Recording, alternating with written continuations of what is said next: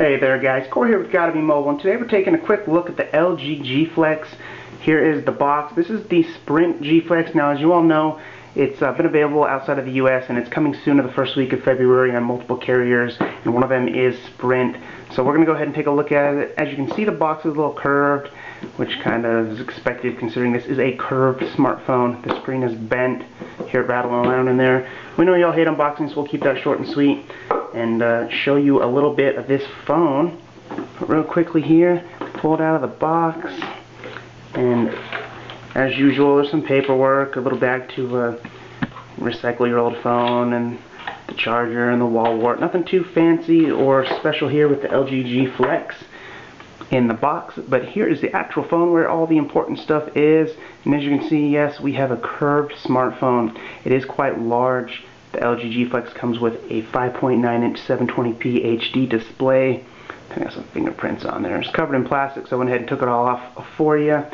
But I mean, as you can see, it's a large device. And the selling points here, obviously the curved display. It's got a scratch-resistant, self-healing polymer coating on the back, and then of course those rear buttons for power, volume up and down. 13-megapixel camera with optical image stabilization, and even an infrared port for remote features. So it's a stacked, fully loaded phone. Go ahead and get it started here. Get it going. But like I said, it's only 720p. It's not 1080p on the display. But that shouldn't be too much of an issue. We have a 2.26 gigahertz quad-core Snapdragon 800 processor here, Sprint Spark 4G LTE, 2 gigs of RAM, 32 gigabytes of internal storage. Sadly, you can't add a micro SD card to increase the storage, and there's also no removable battery, but it does have a massive 3500 milliamp hour battery.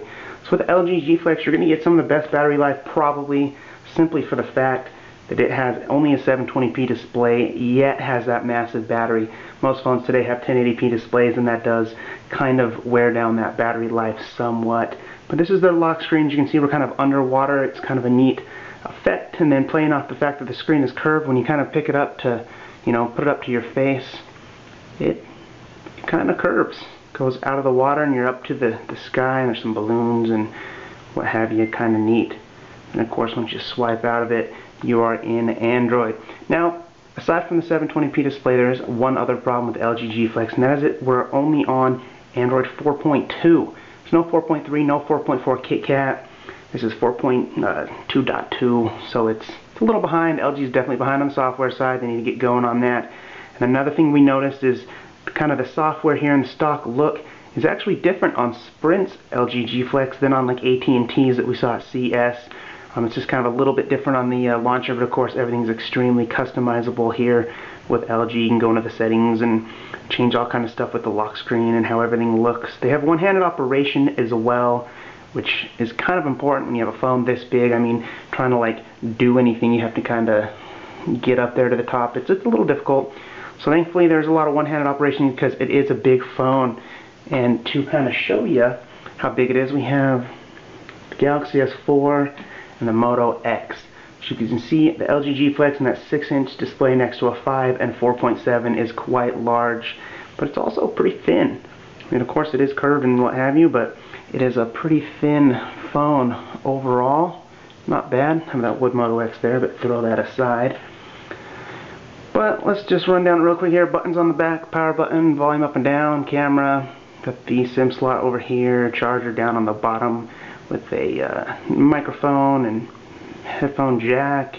I mean, other than that, it's just a kind of a sleek looking phone. One thing I did notice is, you've all probably seen the videos, the back has a self-healing kind of, you scratch it and it'll heal itself design. But what that is like kind of a polymer coating on the back, and it almost looks like a screen protector. If you look close, I don't know if you can see it on video, there's little lines where you can almost see it looks like a screen protector's on the back, and that's because the usual LG plastic has been wrapped in a polymer coating that is self-healing, so it can be really resistant to scratches. This is my first time holding the G Flex. So far I kind of like it, but real quickly we'll show you a few of those features specific to LG to wrap this up. They have this LG knock-on feature where a double tap on the screen will turn it on, and a double tap will turn it off. Now this is helpful for a few reasons. For one, the buttons are on the back, so realistically, without picking up your phone, you want to be able to check it real quick.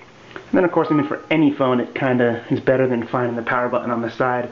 So I do like it. It was a popular feature on the LG G2, and of course they've brought it over to the G Flex.